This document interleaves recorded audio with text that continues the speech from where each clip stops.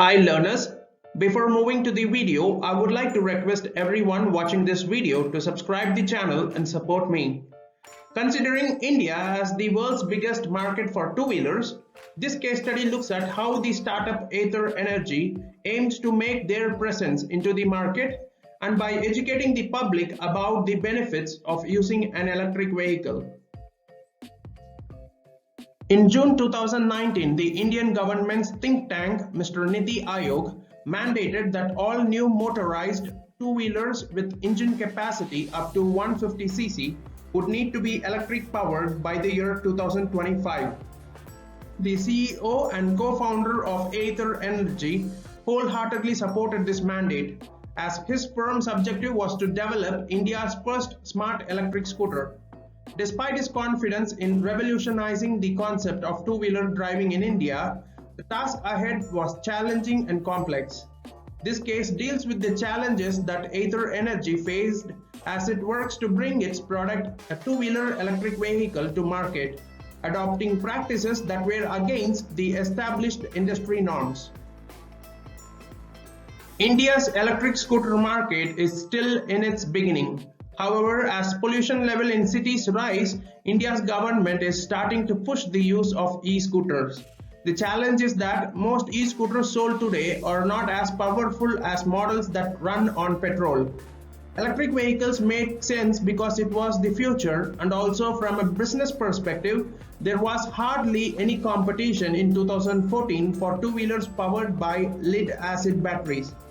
All the top manufacturers were focused on their petrol models, with the two-wheeler market growing so rapidly. Even among two-wheelers, an electric scooter was a sweet spot to start with, because there was no aspirational product in this segment, whereas in case of bikes, there was a wide range covering most segments. Ather Energy was founded by Tarun Mehta and Swapnil Jain in 2013. Both of them are alumni of prestigious IIT Madras. They had a brief stint at Ashok Leyland and General Motors respectively. After leaving their job, the duo worked on an efficient lithium-ion battery pack, which in turn paved the way to their first product, which is the Ather S340. This vehicle had a digital touchscreen dashboard, a light chassis, and the capability to reach up to speed of 75 km per hour. Their first idea was to build a battery swap model, which is to only build batteries for existing vehicles in the market, because there is no lithium-ion battery pack in the market at that time. Because they thought that batteries were the only thing wrong with electric vehicles, but soon they realized that almost everything is wrong in the existing electric vehicles at that point of time. Ather Energy had no resources to begin with. Then they received a grant of Rs 45 lakhs from the Technology Department Board under the Department of Science and Technology, IIT Madras, which was spent towards testing, and funds became short once again. Then they got their first major funding from the Bansal brothers, who are the founders of Flipkart, in the form of $1 million investment. Then Ather Energy's biggest break came in the year 2015 when the venture capital firm Tiger Global invested $12 million. This funding allowed the founders to invest in developing, testing, producing, and launching their first electric scooter, the Ather S340. In October 2016, Ather raised another $30 million in funding from Hero MotoCorp. During inception, the biggest challenge that was in front of them was how to not make Ather feel like a boring automotive company, keeping the culture and the excitement alive, while still bringing in the rigor and discipline that you needed to get a world-class hardware product out. Since it's a new technology, completely new platform, new architecture, and by a company that has no prior history and people and systems. So the next step for the company was to start building Ather's development process by making their own process to ensure and measure things like quality, tolerance, and life at every step. As one of these steps, the company tasked some of their best engineers to write specifications for various components over nearly 2.5 months. During 2017, Ather also brought in some senior management to help with growing the company and stabilizing the product. Then finding the right people deeper in the talent stack was their next problem. So they looked for people from second or third tier companies where they have dirtied their hands in all processes. Charge anxiety is one of the biggest hurdles before anyone who are planning to become an electric vehicle owner. What will happen when you run out of charge in an EV is the biggest threat. Ather has launched its in-house charging infrastructure, Ather Grid, about 2 weeks before the scooters opened up for bookings. The company has partnered with cafes, restaurants, and other such public places for setting up charging stations.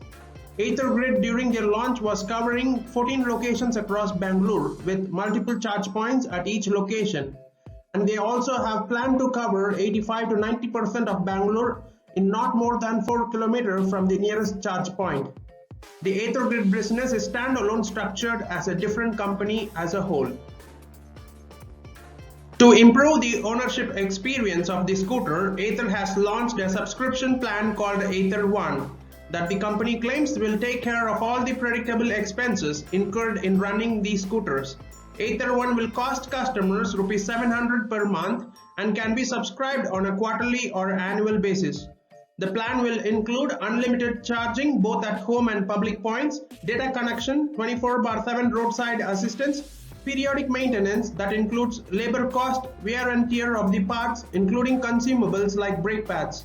As of now, all scooters coming up with an yearly subscription of Ather One for free, after which they will have to get onto a preferred subscription plan. Hero MotoCorp, an Indian scooter manufacturer, was looking to make inroads into the electric vehicle industry.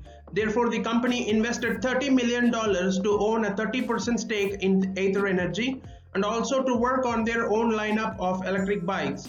This partnership is mutually beneficial as Hero MotoCorp can leverage Ather's homegrown technology and participate in the electric vehicle space, as well as pursue their internal program. Ather Energy, on the other hand, can utilize Hero MotoCorp's distribution network. Ather Energy also signed an MOU with the Tamil Nadu government to set up a factory which is capable of producing 1 lakh units of vehicles. This is in addition to the already existing 25,000 unit capacity plant which is operational in Bangalore. The Indian government is also taking electric vehicles seriously, and it reflected in the budget of 2019 when the government slashed the GST on electric vehicles from 12% to 5%. Ather Energy also opened experience centers, which are basically spaces which educate people and customers about electric vehicles and also provide holistic interactive experiences. Ather Energy also has plans to open experience center in Tier 1 cities like Hyderabad and Mumbai. Currently, these experience centers are limited to Chennai and Bangalore. Thank you everyone for watching this video. For more such interesting case studies, please subscribe 5 Minutes Learning channel in YouTube.